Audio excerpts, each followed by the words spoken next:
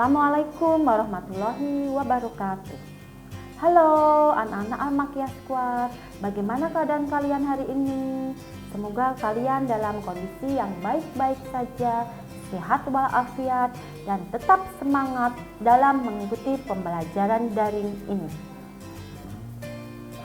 Pada kesempatan kali ini, Ibu akan memberikan pembelajaran Bahasa Indonesia kelas 12 bab 1 tentang menulis surat lamaran pekerjaan. Apa yang akan kita pelajari dalam menulis surat lamaran pekerjaan? 1. Pengertian dan jenis surat lamaran pekerjaan. 2. Isi dan sistematika surat lamaran pekerjaan. 3. Simpulan sistematika dan unsur isi surat lamaran pekerjaan. 4. Unsur kebahasaan dalam surat lamaran pekerjaan. 5. Penyusunan surat lamaran pekerjaan. Kita masuk ke pengertian dan jenis surat lamaran pekerjaan. Pengertian dan fungsi surat lamaran pekerjaan. Pengertian surat lamaran pekerjaan adalah surat lamaran pekerjaan merupakan jenis surat pribadi resmi permohonan pekerjaan kepada kantor, perusahaan, atau instansi tertentu.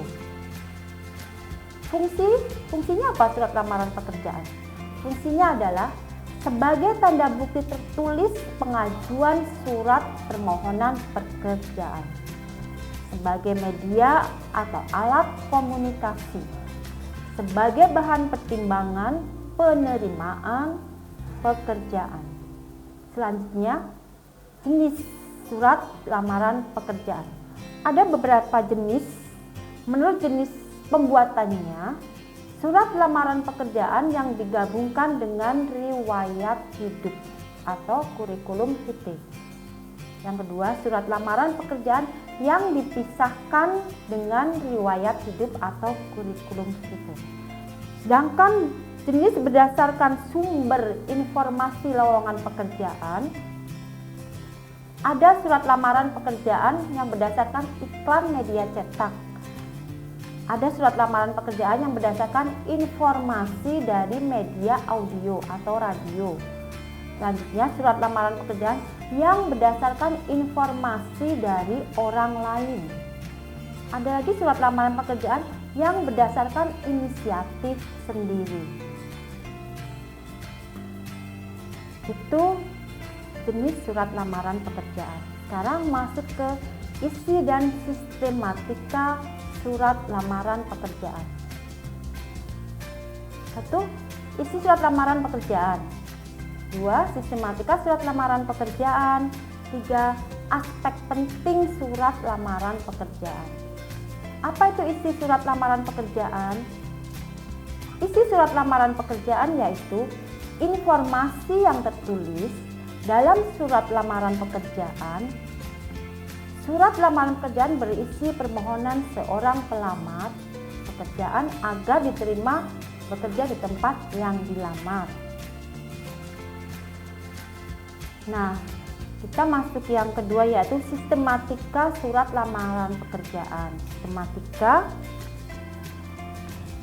apa-apa saja yang harus ada dalam surat lamaran pekerjaan, yaitu tempat dan tanggal pembuatan surat, lampiran surat, nama dan alamat surat tujuan, salam pembuka, pembuka surat, isi surat, penutup surat, dan salam penutup, tanda tangan, dan nama terang. Terus apa aspek-aspek penting yang harus ada dalam surat lamaran pekerjaan?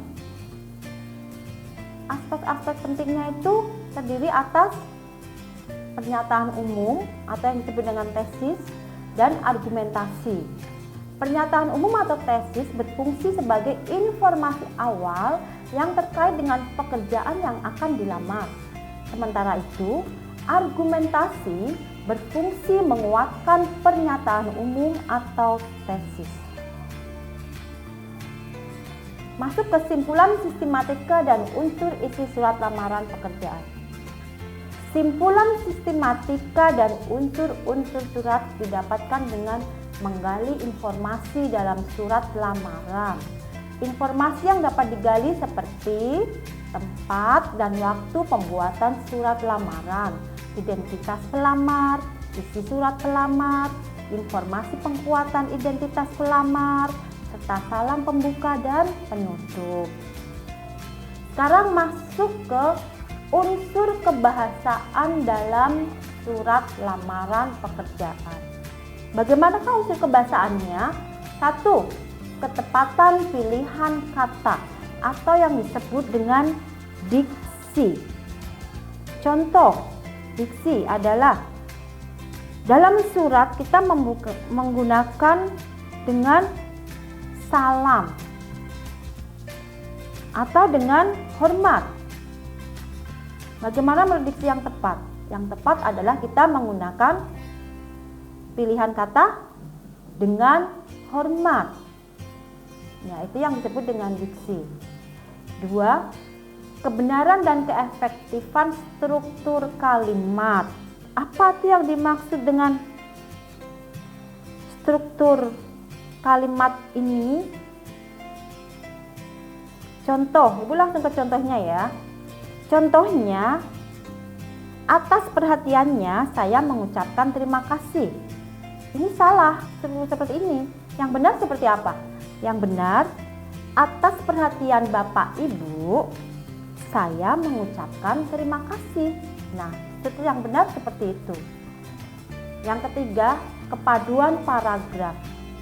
Di dalam sebuah paragraf harus ada keterkaitan antara kalimat yang satu dengan kalimat yang lain sesuai dengan pokok bahasannya atau sesuai dengan ide pokoknya. Jadi tidak boleh keluar dari ide pokoknya. Itu yang disebut dengan kepaduan paragraf. Yang keempat adalah ketepatan penggunaan ejaan dan tanda baca. Ketepatan penggunaan ejaan dan tanda baca ini harus sesuai dengan EYD ya. Biasanya yang harus diperhatikan seperti penggunaan tanda baca titik dan lain sebagainya. Itu unsur kebahasaan dalam surat lamaran pekerjaan. Sekarang kita masuk ke penyusunan surat lamaran pekerjaan.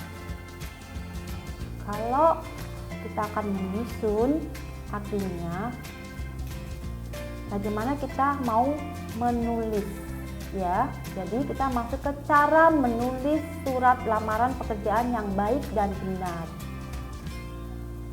1. Gunakan bahasa yang baik dan benar. 2. Tulislah dengan kalimat singkat, padat, dan jelas. 3. Tulislah secara manual menggunakan tangan. Untuk yang poin ketiga ini, zaman sekarang zaman canggih ya. Jadi tergantung dari permintaan perusahaan itu. Kalau yang memang permintaannya harus ditulis tangan, ya kalian harus menulis tangan. Tapi kalau tidak, kita udah zaman digital ya, kita tulis pakai laptop ya. Yang keempat, perhatikan kebersihan surat lamaran pekerjaan. Jadi surat itu kertasnya tidak boleh lecek, tidak boleh kumal, tidak boleh ada tekukan-tekukan, harus rapi, bersih. Jadi enak untuk dibacanya ya. Kelima, isi secara jelas data diri dan informasi diri Anda dan lampirkan dokumen-dokumen pendukung. Ya, nanti ada dokumen-dokumen pendukung itu ada KTP, ada KK, ada surat keterangan berkelakuan baik, foto, dan lain-lain. Itu bisa dilampirkan. Keenam, lampirkan sertifikat pendukung yang bisa menambah nilai lebih pada diri Anda. Nah, di sini kalau kalian waktu zamannya masih sekolah atau kuliah sering mengikuti kegiatan seminar atau pelatihan-pelatihan atau lomba-lomba, tentu kalian akan mendapatkan sertifikat. Nah, sertifikatnya ini boleh kalian lampirkan karena ini untuk menambah nilai pada diri Anda, ya. Bisa untuk pertimbangan